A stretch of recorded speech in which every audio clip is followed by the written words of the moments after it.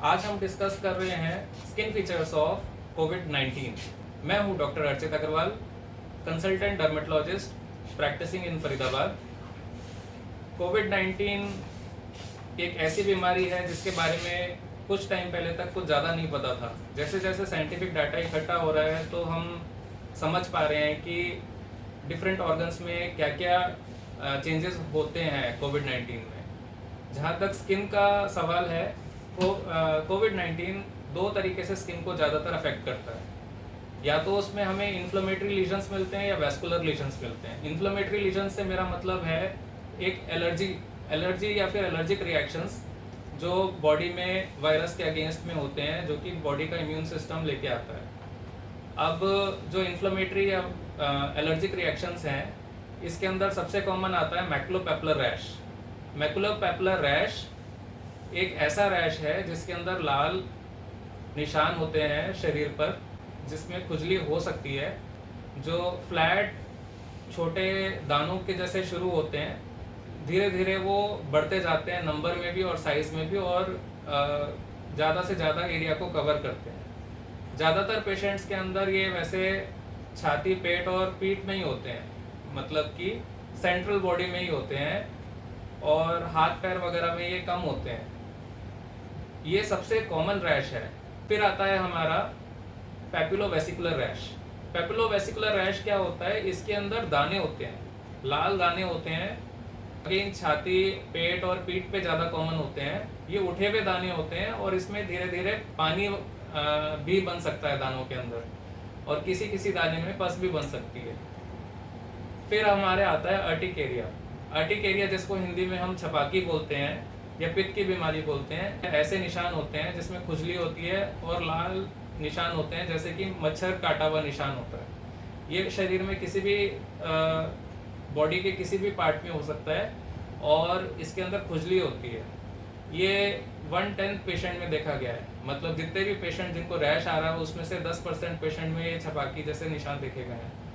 तो मैकुलोपेपुलर रैश जिसके अंदर लाल निशान फ्लैट हैं, और दाने जो पैपुलोवेसिकुलर रैश है, और अर्टिकेरिया जो छपाकी है, ये सारे हैं इन्फ्लेमेटरी लीजन्स। और जो वैस्कुलर लीजन्स हैं, जो ब्लड वेसल की इन्वॉल्वमेंट की वजह से होते हैं, उसके अंदर सबसे पहले आता है पेनफुल पर्पल टोज। इसको कोविड टोज भी बोलते हैं या पेनफुल सूडोपर्नियोसिस भी बोलते हैं। पहले मैं आपको समझाता हूँ पर्नियोसिस क्या होता है। पर्नियोसिस जो है एक ऐसी बीमारी होती है जिसके बारे में आपने सुना होगा। ठंड में किसी किसी लोगों की उंगलियां सूज जाती हैं, उसमें खुजली होती है, दर्द होता है और लाल हो जाती हैं उंगलियां, खासकर पैर की उंगलियां। तो उसको हम पर्नियोसिस बोलते हैं या चिलब्लेन्स बोलते हैं। जब ये वायरल इन्फेक्शन के बाद होता है या कोविड-19 के बाद होता है तो इसको हम सूडोपर्नियोसिस बोलते हैं या पेनफुल पर्पल टोज बोलते हैं। ये वैसे कॉमन डर्मेटोलॉजी में काफ़ी कम देखा जाता है, डर्मेटोलॉजी ओपीडी में। तो ये थोड़ा सा एक जो है इंडिकेटिव होता है कि ये कोई वायरल ईटियोलॉजी के बाद हुआ हो। उसके बाद आता है हमारा लिविडो रेटिकुलरिस। लिविडो रेटिकुलरिस का मतलब होता है रैश जो जाल जैसा हो। तो उसमें लाल कलर के निशान होते हैं या लाल रंग के लाइंस होती हैं जो एक जाल की फॉर्म में हो।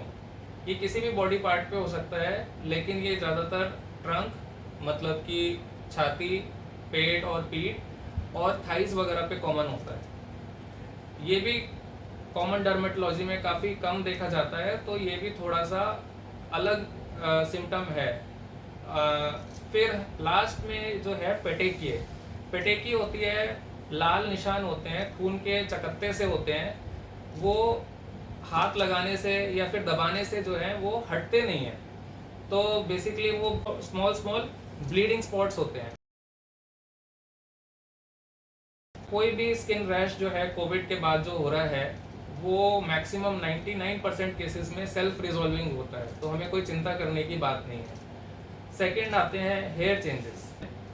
बेसिकली क्या है कि जो बाल हैं वो दो फेजेस में ज़्यादातर रहते हैं, anagen phase and telogen phase. Anagen phase होते हैं बाल जो हैं मजबूत हैं, उनकी जड़ जो है वो मजबूत है, मोटी है और बाल उग रहा है, मतलब हेल्दी हेयर है। और एक होता है टीलोजन हेयर, जो बाल जो है वो कमज़ोर हो जाता है, उसकी रूट कमज़ोर हो जाती है, पतला बाल हो जाता है और वो झड़ना शुरू हो जाता है, तो वो होता है टीलोजन हेयर। तो इन दोनों हेयर के बीच में एक हेल्दी स्कैल्प पे एक रेशियो रहता है कि 90% हेयर्स जो है वो एनाजन होते हैं और 1% हेयर जो है टीलोजन होते हैं। जब कोई बॉडी में स्ट्रेस आता है, जैसे कोविड-19 एक बड़ा स्ट्रेस है, तो उसके बाद ये रेशियो डिस्टर्ब हो जाता है और ज़्यादातर हेयर जो हैं वो टीलोजन में चले जाते हैं। तो टीलोजन वाले बाल जो हैं हाथ लगाने पे, कंघी करने पे गिरते हैं, तो उससे हेयर फॉल होता है। तो इससे भी कोई डरने घबराने की बात नहीं है। जैसे बॉडी का न्यूट्रिशनल स्टेटस वापस आता है, तो वैसे वैसे ये साइकिल वापस से रिवर्ट होकर नॉर्मल में पहुंच जाती है। और जो बाल गिरे होते हैं वो टेम्पररी हेयर फॉल हुआ होता है, वहाँ पे वापस से बाल आ जाते हैं। फिर उसके बाद आता है जो हैंड चेंजेस होते हैं। बेसिकली हमें पता है कॉस्टिक होता है सोप्स में, और सोप और सैनिटाइज़र जो है काफ़ी कॉमनली इस्तेमाल होता है कोविड से बचने के लिए।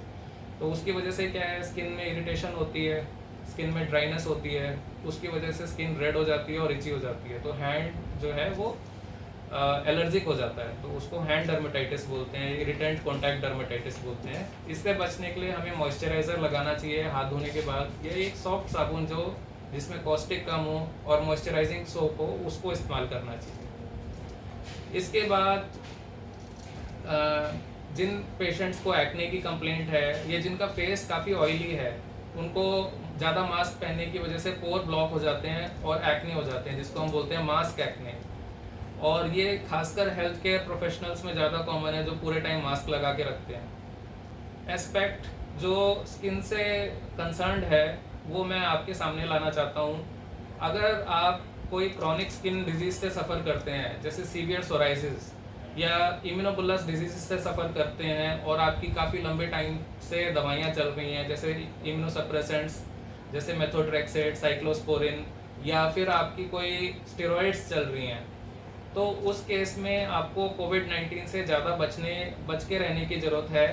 क्योंकि कोविड-19 जो है वो एक वायरल इन्फेक्शन है, और ये दवाइयाँ जो हैं स्टेरॉइड्स वगैरह, ये आपकी इम्यूनिटी को कमज़ोर कर देता है। और दूसरी बात ये है कि वैक्सीनेशन, पेशेंट्स का कॉमनली क्वेश्चन होता है कि हम वैक्सीनेशन लगवा सकते हैं, हम वैक्सीनेशन कब लगवा सकते हैं। तो उसके लिए मैं यही बोलना चाहता हूँ कि अपने डर्मेटोलॉजिस्ट या फिर अपने डॉक्टर से बात कीजिए। अगर आपकी दवाई चल रही है प्रेडनिसोलोन 20 mg से कम, तो ही आपको वैक्सीन जो है वो फ़ायदा करेगी। अगर उससे ज़्यादा कोई डोज में दवाई चल रही है, उससे ज़्यादा डोज चल रही है इम्यूनोसप्रेसेंट की, तो वो कोई फ़ायदा नहीं करेगी, क्योंकि बॉडी जो है इम्यून रिएक्शन या फिर एक वैक्सीन के अगेंस्ट में जो रिएक्शन होता है वो नहीं बना पाएगी। इसके साथ मैं यही कहना चाहता हूँ कि ये बहुत ही मुश्किल दौर जो है हर किसी के लिए चल रहा है। सबके घर में काफ़ी दुख है, सबके साथ काफ़ी सबका बहुत लॉस हुआ है, लोगों की जॉब छिन गई है, और हेल्थ सिस्टम पूरी तरह से कोलैप्स्ड है। लोगों को बेड नहीं मिल रहा है, ऑक्सीजन नहीं मिल रहा है, और पेशेंट की केयर भी नहीं हो पा रही है। तो इसके अंदर ये ज़रूरी है कि हम अपना कर्तव्य निभाएं, हम इन्फेक्शन को और ना बढ़ाएं। हम मास्क पहने, हम सोशल डिस्टेंसिंग मेंटेन करें, जब ज़रूरी हो तभी बाहर जाएं।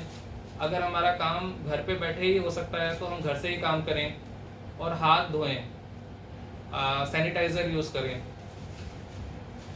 आपको कभी भी स्किन, हेयर, नेल्स या कोविड रिलेटेड भी कभी कोई इंक्वायरी हो या आपका कोई कंसर्न हो, तो मैं अपना नंबर शेयर कर रहा हूँ।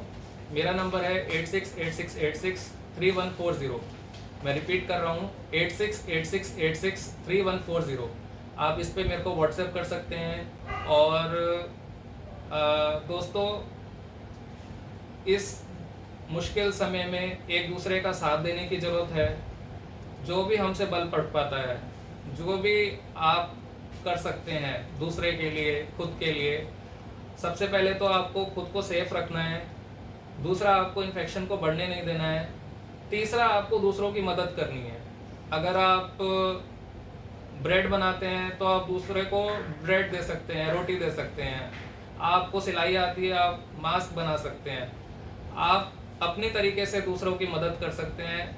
इसी तरीके से हम इस मुश्किल हालातों से बाहर निकलेंगे।